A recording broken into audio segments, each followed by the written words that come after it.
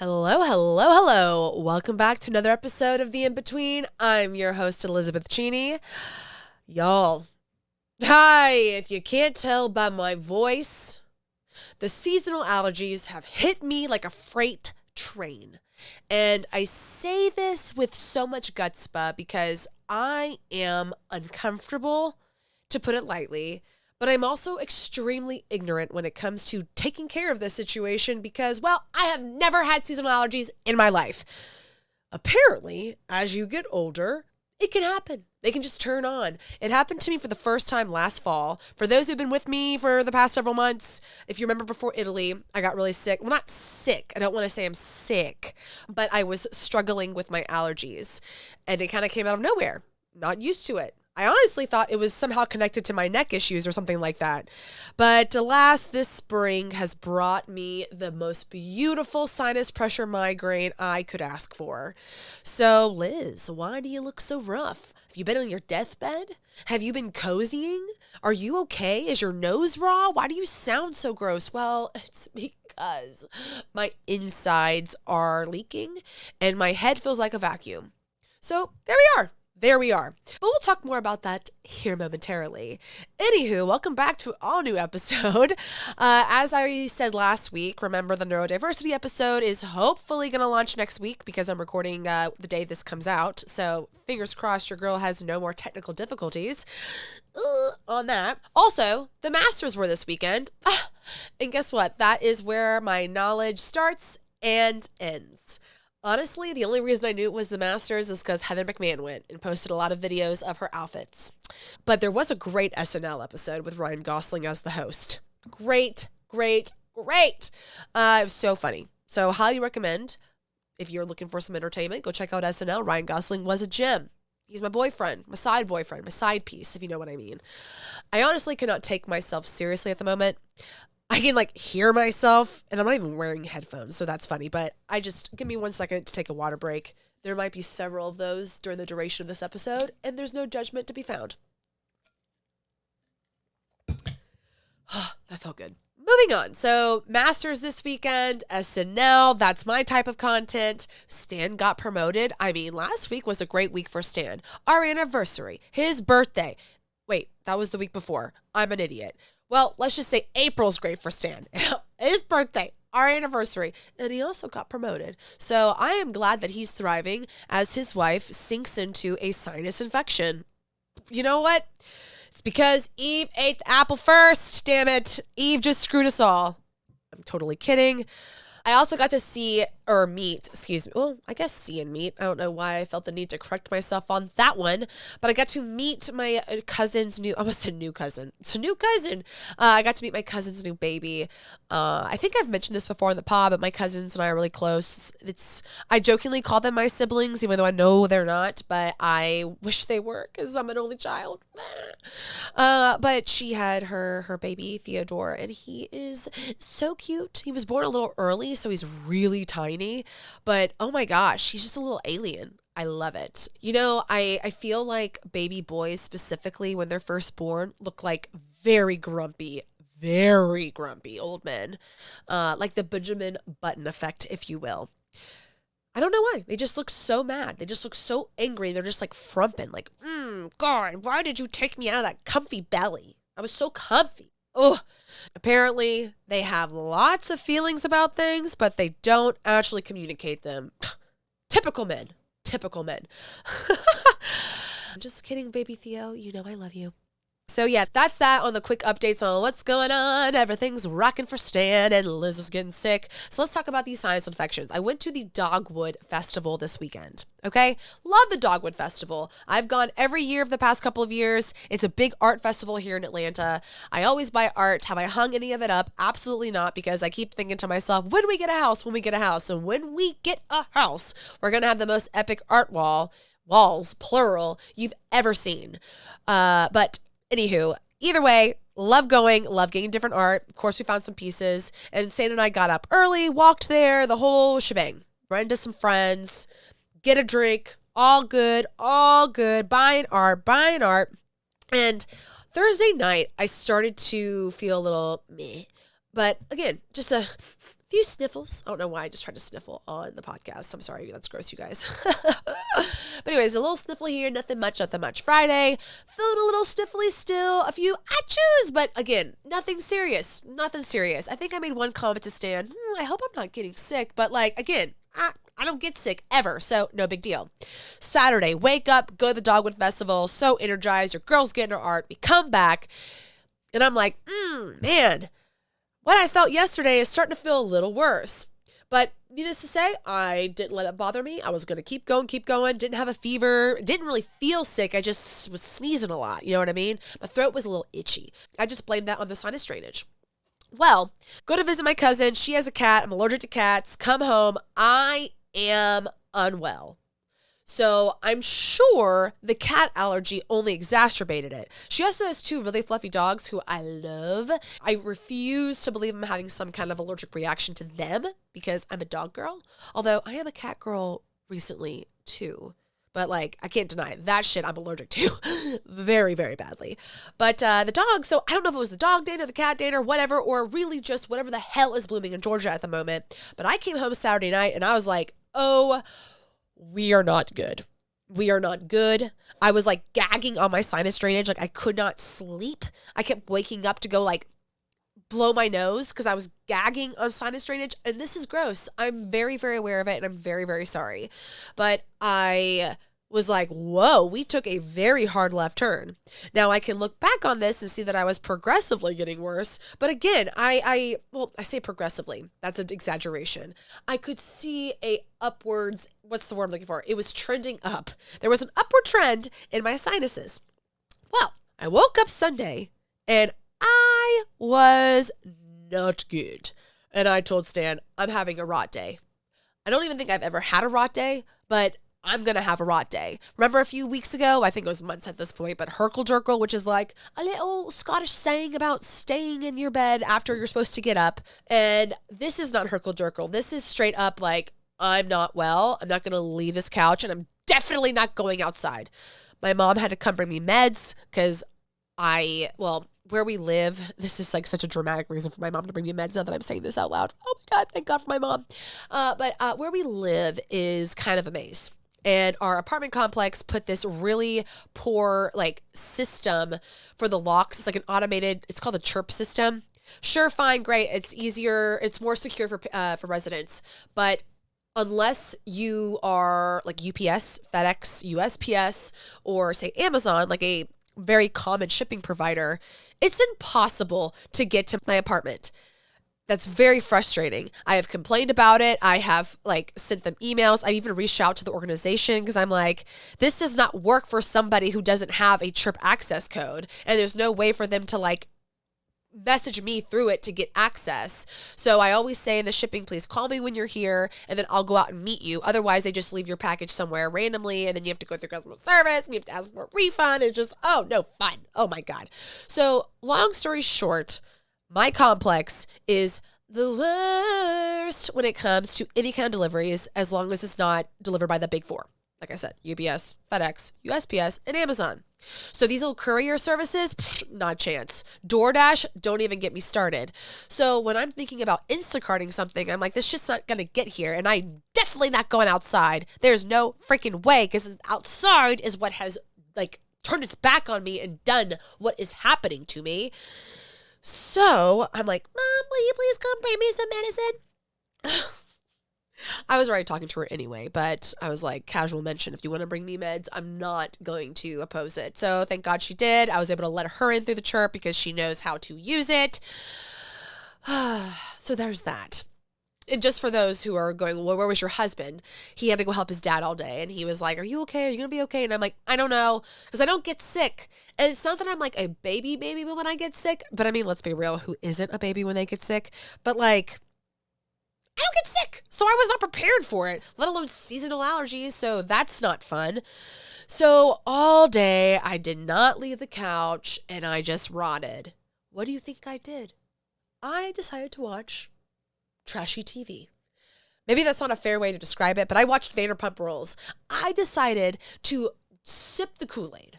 I decided to finally involve myself in a show that everyone and their mother I know talks about, that I have not much reference about, except for Scandival, which I think I kept calling it Scandaval when it first happened, which one of my friends corrected me, and I found that very funny. But other than Scandival and like a few of the names of the people, I'm not really familiar with it. So I probably watched 8 hours of Vanderpump Rules yesterday. And today's Monday as I'm recording this. This was Sunday. Okay. And sorry for my freaking wheezing smoker's cough. Like, that's a new development as of today, which that actually gives me hope that maybe I'm getting better. Side note. But anyways, I just want to give you guys a quick few thoughts of like my opinions of Vanderpump Rules as I'm watching it. And keep in mind, this is from 2013, the very first season. Okay. First off, is Lisa Vanderpump the manager, like the boss, or is she just the owner? Because if she's the boss and the manager, like whatever of the GM of the restaurant, she is a shit leader. I feel like anybody in HR watching that show is having maybe mild, but definitely having a panic attack at some point. She's like instigating the drama, the way she talks to the girls and the boys, and she's like, oh, Stassi, you're not nice to Sheena. She's a mean girl. Oh, no, not Stassi. She's talking to Sheena. She's like, Sheena, you can't let these girls treat you like this. You're going to let them walk all over you. And I'm like, is that the best advice your manager should be saying? Oh, they're being mean? Well, girl, toughen up. And then also Sheena. She tried to mess around. She messed around with some housewife's husband, had no idea that he was married. I think it's the guy who's now married to Leanne Rimes. So clearly, like, him and his wife didn't work out anyway, but she's weird. She's like, I didn't know he had a wife. I think it was one of the girls was like, don't you have Google? Like, you said he's a famous actor, and how would you not know that he is married? I would Google it. So, side note, for everyone listening, maybe you should just Google your people. Just once. Just once. Who knows? You never know. I could be saving a life. I could be saving you from heartbreak. I could be saving you from like punching somebody in the face. You know what I mean? So, side note, take this moment to Google whoever you're dating to make sure they're not a sociopath or a cheater. So there's that. Who else do I got thoughts on? The boys. Ugh. I didn't realize Jax was like 32 when this show first came out. I thought they were all like 20s. So why are the women like early 20s and all the men are like early 30s? That creeps me out. And yes, Jax, it's freaking weird that you're 32 and you're working at a restaurant and you're a model actor in LA who, I don't know. I don't want to shit on a dream. I don't know why I'm being so negative. Just really wasn't into that. But whatever. Honestly, the girls were worse, and I hate even saying that too. And their uniforms were so weird. Like, I remember the episode where they're like, wow, I'm really just going into a Vanderpump Rules play-by-play. So for those who are listening who were like me maybe before Sunday, didn't care, and you're like, well, I'm tuning this off, stay with me because you know what? It was very entertaining. I will not lie. It was super entertaining. So the girls are like trying on these different like uniforms and they look like scarves, if I'm gonna be completely honest. Like, I'm pretty certain it is a scarf. But they're like, oh, it's this shirt and like sheer, like, how do I bend down? And I'm like, yeah, how do you bend down? And then they're talking about like how they can't wear bras. I don't know. It was very 2013. I'm sure some of this would not fly today, but I also thought Sir was like a nice restaurant. So I was kind of confused why the girls look so trashy. Also, why are their hair not put back? Because like, I'd be like, girl, you can get hair in my food if you don't put that hair in a ponytail. Okay. Like, where is the inspection? Like, where's the inspector to come say, hey, Sheena, put that hair up, girl. Stassi, stop eating on your shift. Where are your slip-proof shoes? Is that not a thing in California? We just wear booties and high heels. Either way. And then my favorite, Stassi. She's insufferable. But all my friends tell me that she gets a lot better and she's much more enjoyable. So I'll hold out for it because I've listened to her podcast before and like what I hear is not who I'm seeing now. So we're gonna keep the jury out on that and see if Stassi redeems herself. But yeah, very dramatic, very weird, very like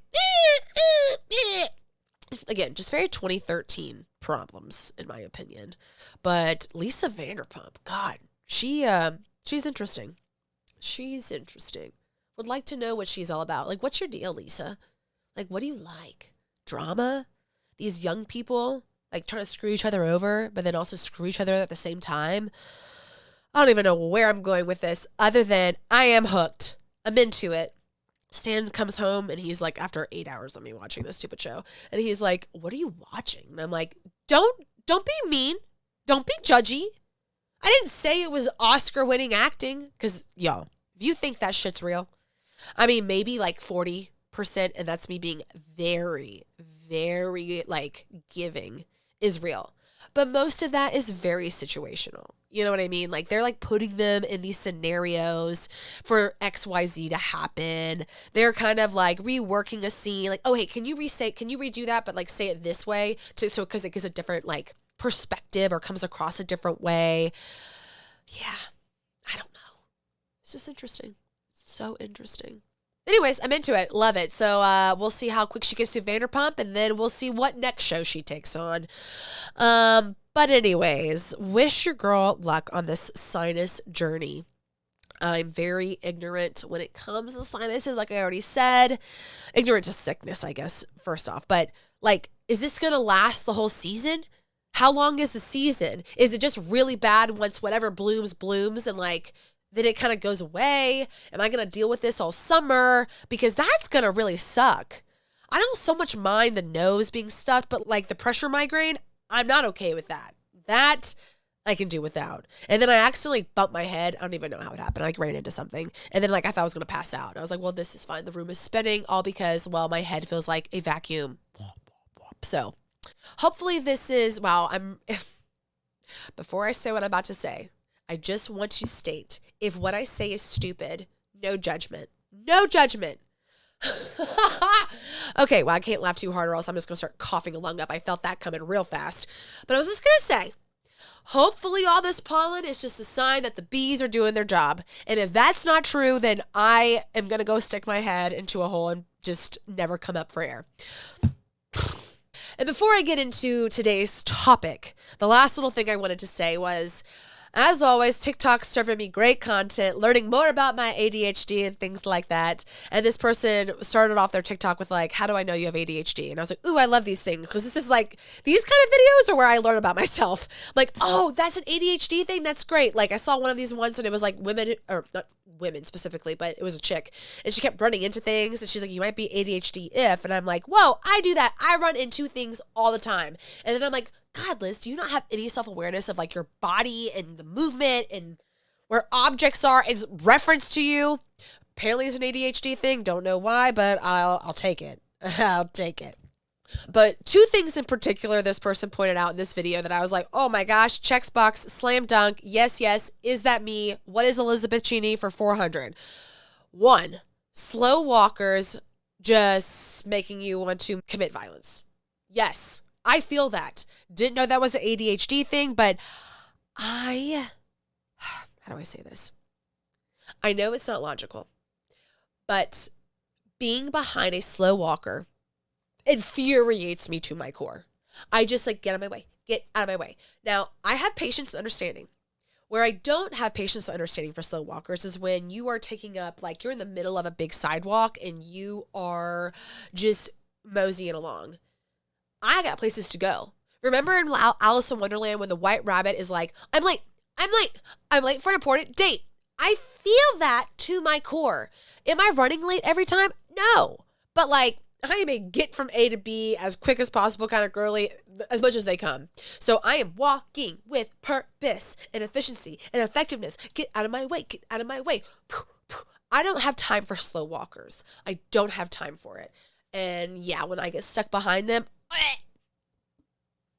like if I could have a human horn, like beep, beep, that'd be so weird if I just did that. Maybe I will do that next time, but like, it'd be great to have like a human horn, like beep, beep, excuse me, pardon me, let this psychopath get through. Thank you very much.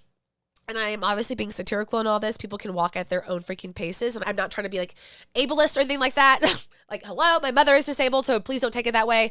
I am just being funny, inventing that slow walkers make me want to commit violence, but it's an ADHD trait. Mostly because I'm probably thinking in one way or the other, oh my God, I got so much to do. This person's holding me back from getting there to do the things I have to do.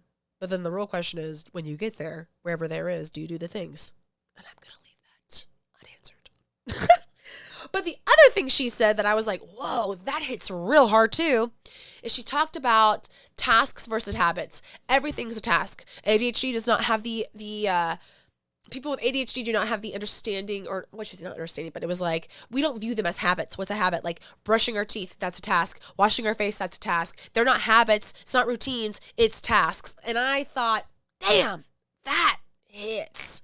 And is that why I have such a hard time committing to routine or like sticking with habits? Granted, I know I've come a long way, so I'm not trying to like, say, I feel all over the place all the time still. No, there is definitely some foundation to our lives. Yay, we got there. But I do still struggle with like routines to an extent. Or maybe I should rephrase that and say, I still view like what I thought was a routine very much as a task. So I think that hits. I think that's accurate. Everything is a task. Doesn't mean I'm not going to do it, but maybe that explains why this whole concept of routine/habit is a little lost in translation in my brain. So that felt good. So thank you, TikTok, for yet again showing this neurodiverse girly her ADHD tendencies. Okay, again, I can't laugh because I'm going to cough. Hold on. Actually, I think I do need to cough. Oh, God. See, when I cough, it like womps the pressure of the head. We're doing good. We're doing good. This is why I didn't dress up for you all today. I was like, you know what? I'm going to be authentic. I'm going to embrace how I feel, and I'm going to show up at the pod. So that's why I got hair and scrunchie.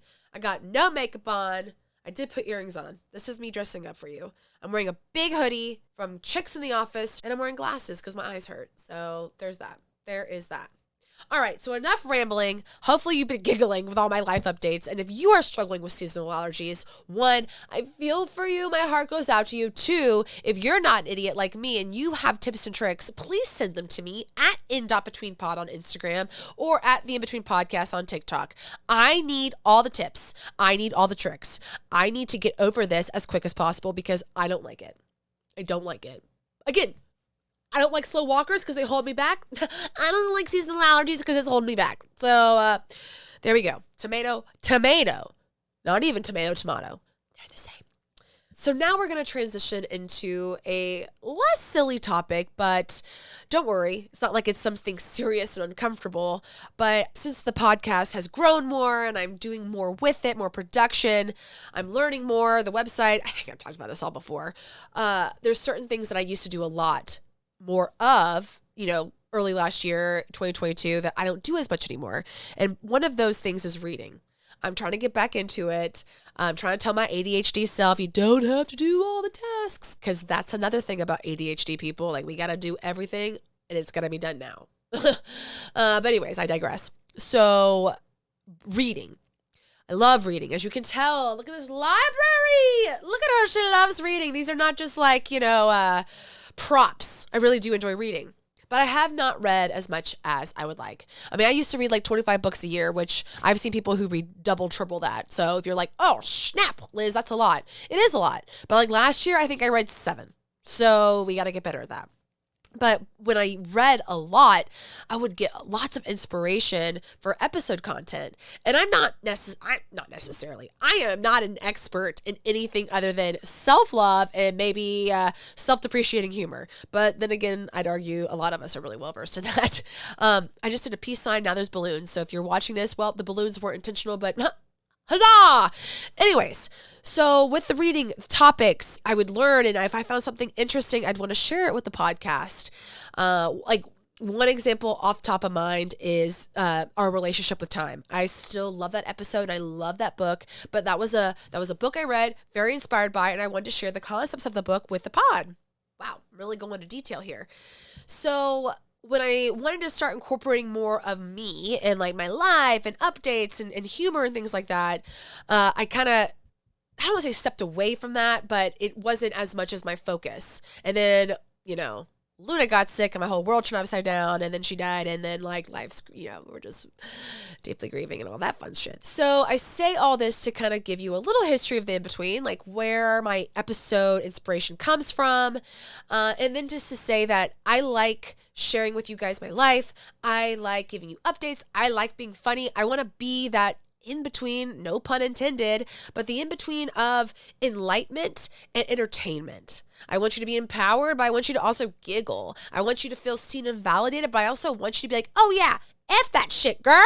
You know what I mean? Like, I want the best of both worlds. Like, your internet best friend, your podcast best friend, whatever you want me to be for you to an extent, because I don't want this to get creepy or weird or illegal. So there's that. So I decided for this week, I was like, I'm going to go back to my big book of ideas. And for those who are ADHD, you know what that means. It means it's a bunch of random Post-it notes scribbled on my whiteboard, things on my phone, Word docs galore on my laptop, and things in my journal and my notebook. So yes, my big book of ideas is spread out between at least 13 to 15 mediums, if you will. So anywho, I was looking at a topic that my therapist and I had talked about several months ago, and it's called self-intellectualization.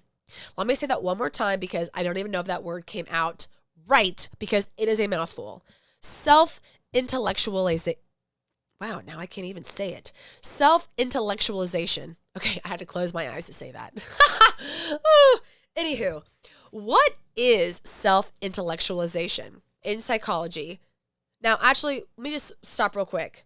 I want everyone to know that I am not an expert. I am not a therapist. I'm not a counselor. Just because I'm really interested in this stuff does not mean I'm a medical professional. So anything I say, do not construe it as me giving you health advice. If it hits, if it goes, oh, something inside me just said that might be me, or that might be my friend or my partner or my sibling, I don't know. Go talk to somebody. Go do your own research. I am just a vehicle of ideas and thoughts and a stream of consciousness to provide you, what I say, enlightenment and entertainment once a week. So again, this is not medical advice. I don't want to get sued. On that note, let's get a little more serious. So self-intellectualization, y'all, I'm going to struggle with that word. I can already tell you that. And I said it 12,000 times before this episode trying to get prepared. All right, go easy on me. So in psychology, it's a type of defense mechanism that explains our subconscious. It's a psychological strategy people use for managing anxiety and other uncomfortable emotions. So when someone intellectualizes, emotions seem like obstacles. So they shut them out in favor of being emotionally detached, rational, and, well, intellectual. That's where the term comes from. Intellectualization isn't necessarily always a bad thing because it can help you get through immediate trouble or give you time to process whatever it is that's going on. So maybe you can't, in that moment, process the uncomfortable or extreme or big emotion situation that's happening. You're going to process it later, but that's intellectualization. So like another way to describe it is intellectualization is looking at things objectively as a means to distance ourselves from emotions. So we're shifting the focus. So these defense mechanisms, real quick, I just want to give you like some facts. They were coined by Sigmund Freud and his research along with his daughter Anna, and I'm not sure how she says it, Freud. I haven't talked to her lately, but she is the one who coined the term intellectualization. And I just want to say, do not get this confused with rationalization, which is another term, like another self-defense mechanism term. Rationalization is justifying what occurred. So it blends facts with desires, behaviors, or emotion. So rationalization, justifying what occurred because my partner left me, but you know what? That's okay. I'm going to be better off being single because of XYZ element of P. That's me justifying it. Intellectualization is shifting the focus. So rather than focusing on, oh, my partner left me, I'm heartbroken, I'm sad, I'm lonely, I'm scared, I'm not going to find somebody again. And I'm not trying to be dramatic. Come on, think about it. When this has happened, like that's a very common inner narrative spiral, right? Negative pattern, thought pattern. Instead, it's talking about the facts. I'm going to think about this objectively. Well, you know, maybe they weren't a good partner for XYZ reason. You are shifting the focus from your pain and hurt of being dumped to like the facts, the rationale, the intellect of it, because I don't want to process these emotions. Hopefully I'm not butchering this. I want to bring it up because if you're not aware of this, if you're aware that you're intellectualizing, it can lead to emotional avoidance that often can become habitual and it can hurt the healing process. So I forget what my therapist and I were talking about that brought this up, but it was interesting because I thought self-intellectualization would be something like self-awareness, and that's completely different. Self-awareness is managing emotions, your behaviors, understanding how you come across, you're connected to your emotions and your sense of self. So I would say, and I'm going to say it confidently, I have really strong self-awareness. I have done the work. I continue to do the work. I know I'm not perfect, but that's part of self-awareness, but I know I'm damn freaking fantastic. That's self-awareness. Again, managing my emotions. I'm familiar with my emotions. I'm aware of my emotions. I am cognizant of my sense of self. Okay? As opposed to intellectualization, which is that disconnected from your emotions, you're focusing on logic, which hearing me say that, you might think, well, what's wrong with that? Like sometimes emotions are too much and we need logic. Absolutely. But to me, logic and emotion have to go together. I mean, logic can be interpretive based on your perspective. One can justify logic and it not be logical because maybe they're not thinking of an emotional reference or a demographic of a person it might affect. But I think emotion and logic kind of have to live together in a healthy way, but that is very, very hard to get to.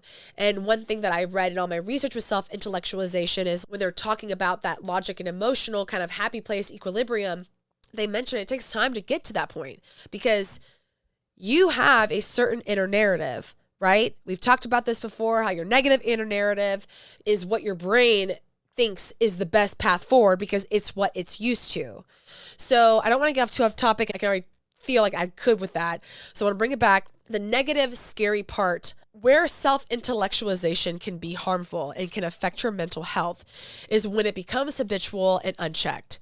So you're distancing yourself from your emotions. I want to give you some examples of what self-intellectualization looks like. One, let's say somebody close to you's died. Let's say your partner, your spouse has passed away. Intellectualization can look like instead of focusing on your grief, instead of processing your emotions and the pain of the loss, you're busying yourself with funeral arrangements, this and this, that and that. You are focusing on the details. You are running away and ignoring your dark, deep, overwhelming emotions. And sometimes, yes, like I already mentioned, we have to momentarily step away. But the immediate start of, oh, let's like decompress, compartmentalize, like for example, the funeral arrangements, you start, I'm not even going to focus on the fact that I just lost my partner. I just lost whoever was close to me. So that's an intellectualization example. Another one would be, let's say childhood trauma. An example that I read, this I think was a Psychology Today article, and it was like a therapist who wrote the article. Person was saying that they had childhood trauma. A therapist was seeing them each week. When they would get to a conversation point to talk about the childhood trauma, the person would just make excuses of the parent involved. Oh, well, things were different when they were growing up. Oh, they had an abusive parent. They were trying to shift the focus from their trauma and their pain to excuses or logic as, not I won't say excuses, but their own logic as to why whatever happened to them happened. You are ignoring your emotions. You are negating how you're feeling. So you are just boop, boop, boop, suppressing. And I think I've talked about this before, but if I haven't, let me say it for the people louder in the back. If you suppress your emotions, especially extreme ones, it is not going to be good. And I do say that confidently because one, I've seen it myself. I have seen it happen to others and it's so real. And the thing about it is when you suppress it for too long and you try to logic your way out of it because you don't want to touch those scary, dark emotions, then your perspective and your logic, quote, end quote, for those watching, I put in quote marks, becomes skewed and flawed because your perspective is off. Your perception of self. Remember, we talked about self-awareness and intellectualization. Self-awareness, you have a strong sense of self. Intellectualization, when it's been going on way too long and now you are disconnected from your sense of self. I hit the childhood trauma one because that's the one where I see it the most. And maybe not even childhood trauma, but like trauma altogether. You don't want to face those scary, hard, overwhelming emotions, and reasonably so. You don't want to face them on your own. So like I said, you suppress, you read books, you do this, you logic your way out of it. Oh, well, I am the way I am. Another way to describe intellectualization is being stagnant. Okay? You can read all the books, read all the things, self-diagnose all you want. But until you start handling and addressing the emotional aspect of whatever the issue is that you're intellectualizing, it's not going to get better. A few things that you can do to combat intellectualizing your emotions, or what's the word I'm looking for, your circumstances. Naming emotions. So another example of intellectualizing our sense of self, our emotions, you say things like, oh, I'm just tired. Oh, I'm just stressed, rather than actually admitting to yourself what is bothering you. That negates what we're really feeling. We are a Band-Aid. We are just putting a little, boop, boop, a little pat on the head, a little safety net. We're not really addressing the root problem, because emotions not addressed over time will manifest into anxiety, depression, and they can also manifest into more severe things like bipolar disorder, schizophrenia. Like, the shit doesn't play. Like, we have to be mindful of our emotions. Our emotions are a part of us. It's what helps us understand things, understand what we're going through, process what we're going through. If you remove that because, well, it's overwhelming, or it's you don't want to face it, or you've been doing it for so long, you have no connection to yourself. How do you think that's going to help you grow? How is that going to help get you from A to B? How is that going to help you get through whatever in between you're navigating? It's not. And I want to say, but I know I'm getting kind of intense about it, but I just want to say again, we probably all intellectualize at some point, or in the process of whenever we hit major shit, but you have to get back on the emotional horse, so to speak. You have to not be afraid to face that demon, face those skeletons in your closet, because, chances are the things that you have ignored for so long and intellectualized, your perception and sense of self is probably so skewed. What you believe, I would argue, is farther from the truth. Is so far from the truth, it's not even a thing. So if you think about that, why would you hold on to something that you are hurting yourself on? Like the example about the childhood trauma, saying, well, my parent did this because, well, they were raised this way. Their parents abused them. Like, I'm giving you logic and reshifting the focus from my pain as to why they do what they do. It's not about my pain and what they did to me, how it affected me. It's going, well, I'm going to ignore my pain because, well, they did this because of what happened to them. No.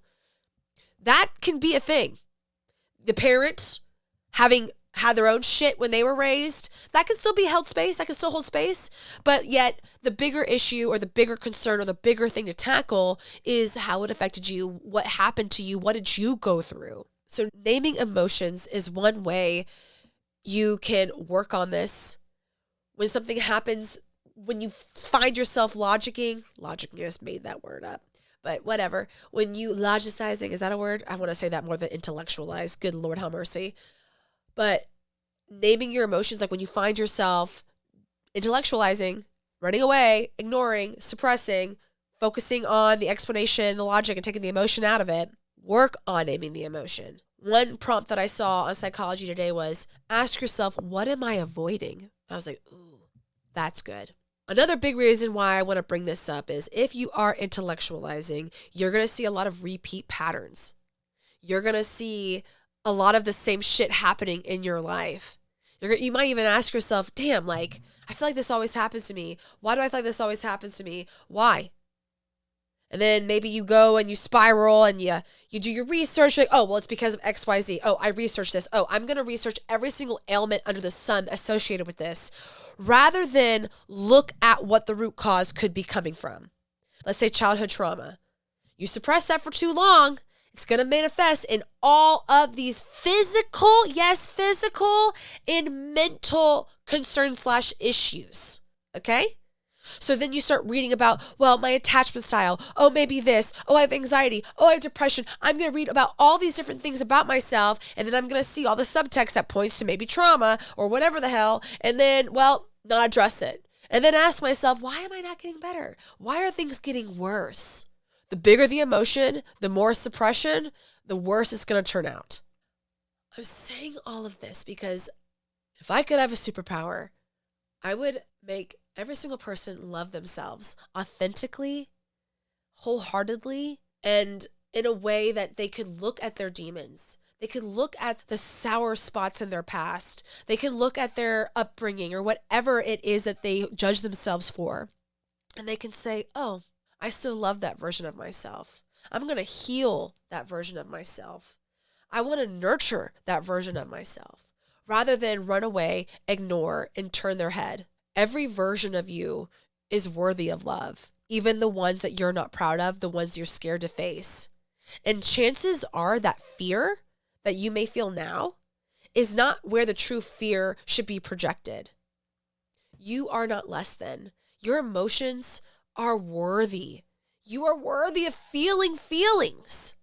I know horrible things can happen, but the longer you go without processing it, the longer you go by ignoring it and suppressing it, it's not going to be great.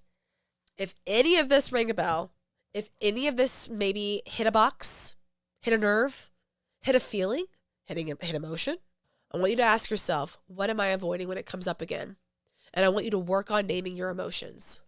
I mean, I don't consider myself as someone who self-intellectualizes, at least definitely not anymore. But even I felt a little, I don't want to say called out because that's the wrong word, but a little like, I kind of do that sometimes. I am definitely one of those people who will be like, oh, I'm just tired. I'm just this. I'm just that. I do that all the time. So see, this can happen on a small scale, big scale. It doesn't matter. And I know I've mentioned a lot about childhood trauma, maybe ignoring or grieving a death in the family, things like that. Like these are very serious, big things. I encourage you to talk to somebody. I am a big fan of therapy. Big therapy girl. Okay? Big therapy girly. Love it for myself. Love it. I want everyone to be in therapy. I don't think you have to have any major freaking issue to be in therapy. Therapy helps you understand yourself, other people, situations, all the things. But in all seriousness, if you are dealing with heavy levels of self-intellectualization, if you thought to yourself hearing this episode, ooh, that's me. I definitely disconnect from my emotions. I definitely try to stay away from them. I definitely don't want to face that music because I'm scared. I am so scared. Talking to someone will help. I mean, I don't want to get too preachy on this, but first off, they're trained professionals. They know how to deal with these issues. They're not just some random chick on a podcast talking about it from her own research and what her therapist said. They went to school and really know how to help you combat the issues that are causing you to self-intellectualize. I know therapy can be scary and overwhelming for a lot of people, especially because, well, I don't understand it. Like talking about your emotions is uncomfortable. I get it. I get it. At least I can understand that. I mean, I'm not gonna lie. I'm somebody who has always been like, here are my emotions on my sleeves. But I understand a lot of people don't really like that. Maybe it's because I was a theater girl. I was an actress. I was an actor. I don't know. But don't be afraid to go into that closet and start cleaning it out. Clean out the skeletons. Go look at yourself in the mirror, because at the other side of this, on the other side of this self-intellectualization, getting back in touch with your emotions, especially about the thing that's causing you to intellectualize, you're going to look in that mirror and not see a monster or see darkness or see emptiness. You're going to see beauty and light and warmth and just love, self-love. And maybe not overnight, but you're going to get there. You are incredible. I don't even have to know you to know that. I don't know if anyone needed to hear this particular message today, but I felt called to talk about it. I don't know if called is the right word. That sounded a little biblical. That was not what I meant. Oh, the Lord put it in me and I am here. No, I joke about the whole big book of ideas and the multiple post-it notes being ADHD. This particular topic has been on a post-it note on my desk for almost 6 months, just sitting there staring at me. And for whatever reason, I felt like I should talk about this week. So maybe you're the one that needs to hear it. And if so, I'm proud of you. I'm proud of you for listening to this and thinking, oh my God, this is me. And I promise, whatever it is you are turning away from, you're not processing, it doesn't make you a bad person. It doesn't make you less of a person. And like I said, on the other end of that growth and healing is beauty and light and green grasses and meadows and rainbows and butterflies and all of the good things. Your favorite meal, the warmest, fuzzy, warm feeling ever, the Ryan Gosling of it all. I promise. Remember what I said was it last week, week before last? Lord, how I don't even know. I'm always talking about it, but we're here for a blip of time. Seriously, a speck. It's a speck. We're here for a speck. I don't mean that depressingly. I don't even mean it existentially. We're just here for a speck. Why suffer? That's all I want you to ask yourself. Why suffer? We're here for a speck. Let's make the most beauty of our speck of existence as possible. That's what I'm going to try to do. So, yeah, that's your Lisdom for the week. On that note, I love you guys so much. I feel very energized and after today's episode. So maybe talking about this got me over the sinus hump. I'm just kidding. I am now intellectualizing, I guess, because I'm ignoring the fact that no, I'm still very much sick and my head is very much going wop, wop, wop, wop. But a serious note, I really, really appreciate you all being here today. I really hope you enjoyed today's episode. And hey, even if it didn't resonate with you, maybe you know somebody. Share it with somebody. Again, I just want us all to love ourselves authentically, fully, and wholeheartedly because, we're deserving of it. We're freaking great. We're freaking awesome. That's what I got to say about it all. So thank you for joining me on another episode of The In-Between. If you're not doing so already, follow me on Instagram at in.betweenpod and my personal at ElizabethCheney_. And then you can follow me on YouTube and TikTok at The In-Between Podcast. I appreciate all of you beautiful people so, so much. Thank you so much for listening. And hopefully next week I'll be back with my neurodiversity episode. Fingers crossed. Just kidding. I'm going to manifest that shit. She got it. She got it. Okay. And on that note, I'm going to go eat because I'm also starving, even though I can't taste anything because I'm so congested. But I will see you on an all new episode of The In-Between next week. Until then, I'm your host, Elizabeth. Bye.